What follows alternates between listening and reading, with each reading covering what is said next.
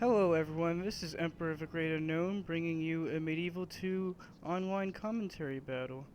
I am going to be in command of the Byzantine Empire and my opponent, Gov, is going to be in command of Russia.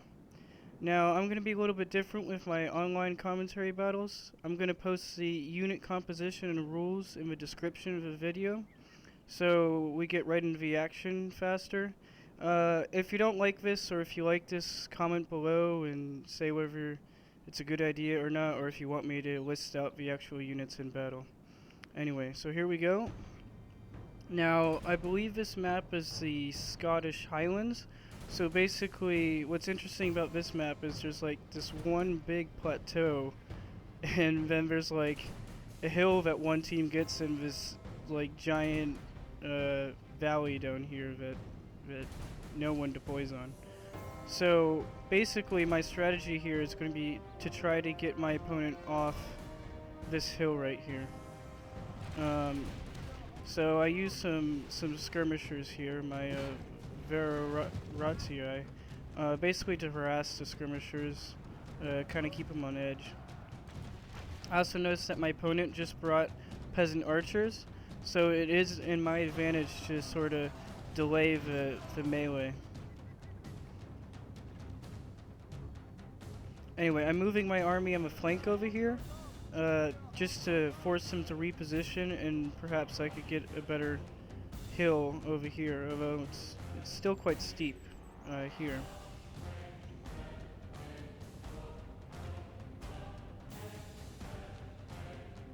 Anyway, this is where he sends forward his cav.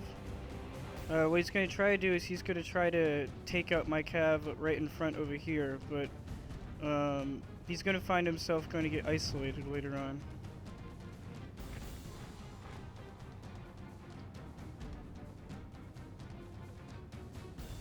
Now, one advantage of approaching, especially during the skirmish phase, the opponent on the flank, is the fact that you could get all your archers in range, and while they can only get their two closest archers on this flank. So therefore they have to reposition, which makes you get an edge in the skirmish because you get shots off earlier. Anyway, the cav is engaging over here. Now he has more cav in the area than I do, so he's gonna get around and get a flank here. Although I am bringing a Latinkon over here, and I have my general coming over here to help the fight.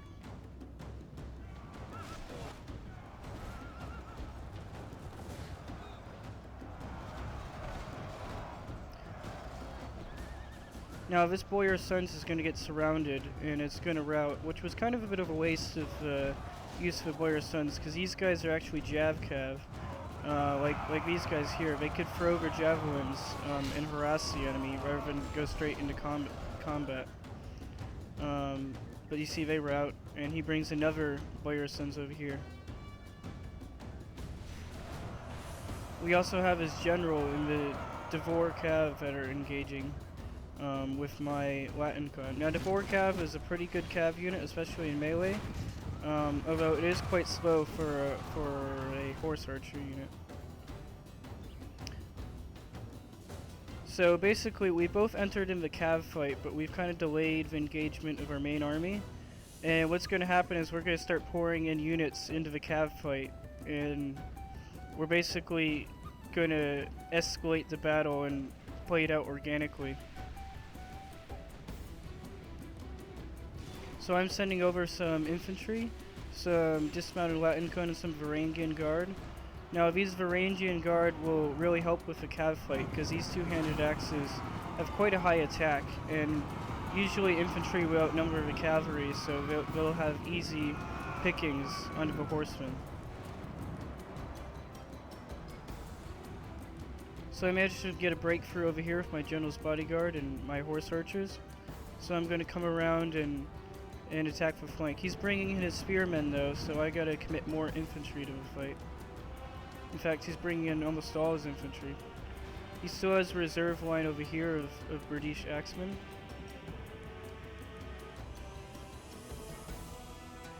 See, this is where I commit more men to the fight over here.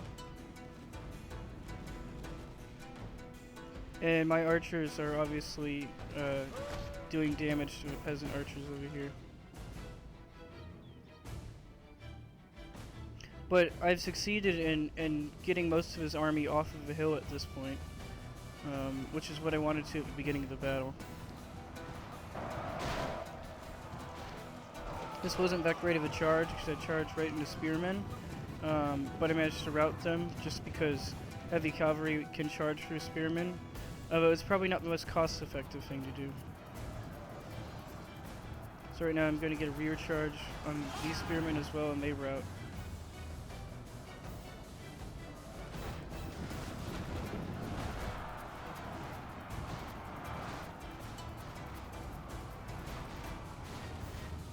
Now this is where he's going to commit all of his infantry off the hill, and I moved up my forces here, ready and waiting.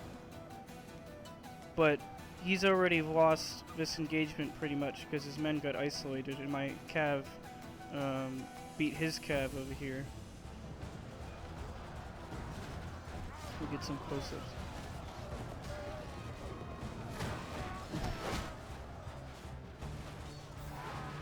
Ooh. That was a deadly charge.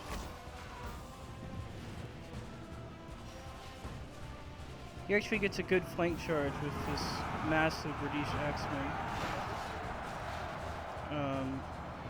But my Varangian Guard are much better quality than the Berdiche Axemen, so they'll hold their own. Only half the enemy force remains.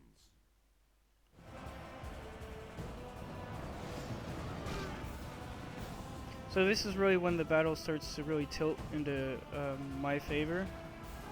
I'm also charging up my Trebizond Archers to sort of silence the Peasant Archers over here.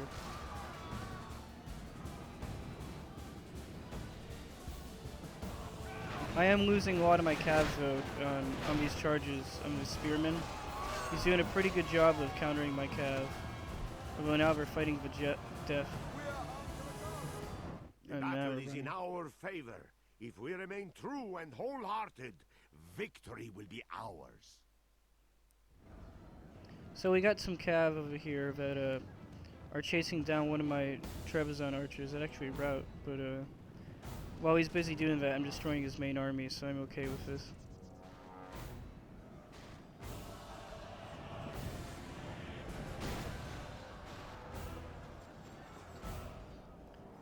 So as you can see, I've pretty much got his infantry surrounded.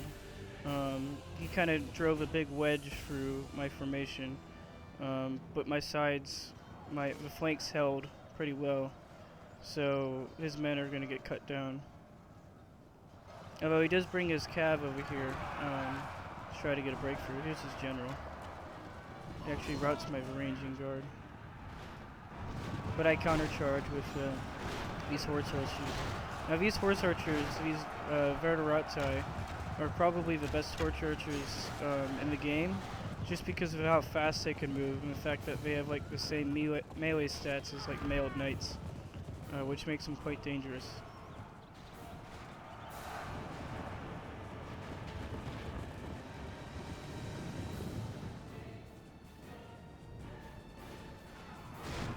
So at this point, the battle is clearly won. I've won on the hill over here because he only had Peasant Archers, and I've pretty much won the fight down here.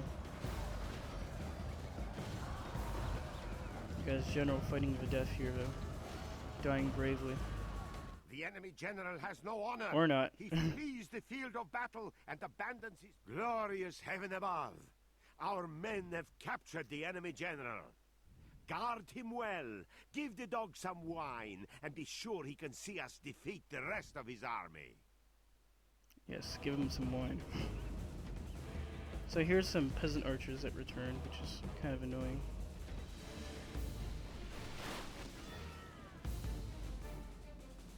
But yeah, the battle's pretty much won, so I'm going to fast forward from this point.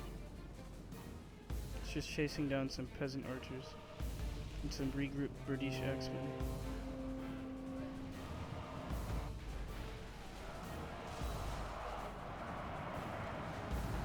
The battle is in our favor. This is a clear victory that goes to only men of great So here are the virtue battle and results. valor. He brought quite a significantly bigger army than me, but it was of lower quality overall, so I think that's why he probably lost. Also, he also sent his men in piecemeal, which I did too, but it played to my advantage because I was able to get him off the hill where I could take the advantage and surround him. Anyway, my general did most of the hammer and anvil strikes, so they obviously got a lot of kills. And CV's Vardariotai got more kills than my general's bodyguard actually. So that shows that they're a really good unit to bring. But other than that, some of my Trebizond Archers actually did really well. So overall, it was a good battle with my opponent, and everyone have a nice day. And